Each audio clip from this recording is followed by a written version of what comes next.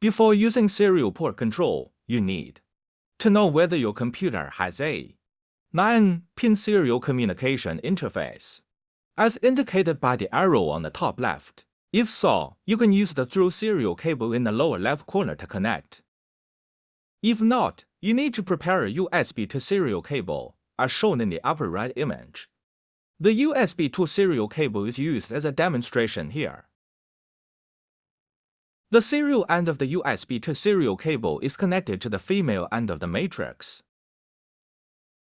The USB end of the USB to serial cable is connected to the USB 2.0 port of the computer.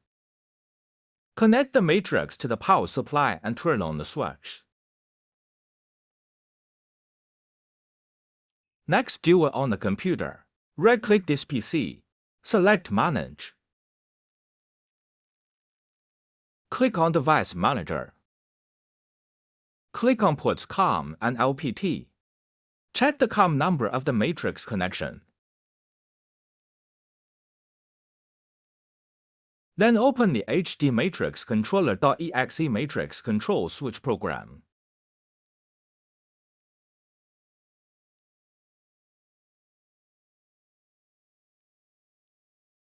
You can change the language settings at the arrow in the upper right corner of the software.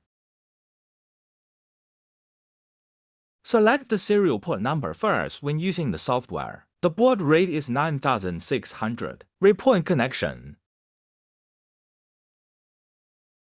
The input channel is selected on the left side of the software. The output channel is selected on the right of the software. Select the input you want, and then select the output you want. Click to switch. The matrix will switch the input you selected to the output you just selected. You can also click Switch All after selecting input.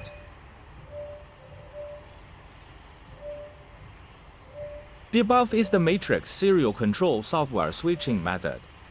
The next step is to save and invoke situational patterns. For example, currently our screen needs to display different inputs. Let's switch the display mode we need first.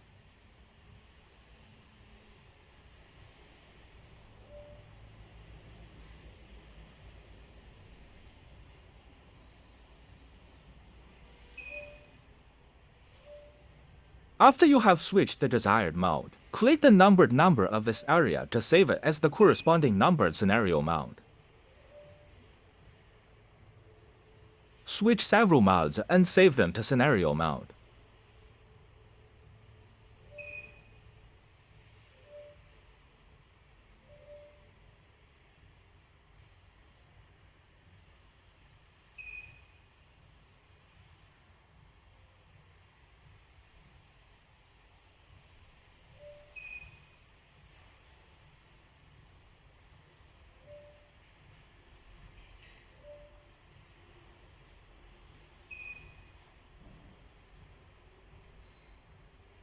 When you have saved the scenario pattern, you can invoke the scenario pattern in this area of the software.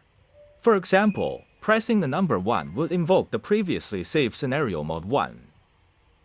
Pressing the number 2 invokes the previously saved scenario mode 2.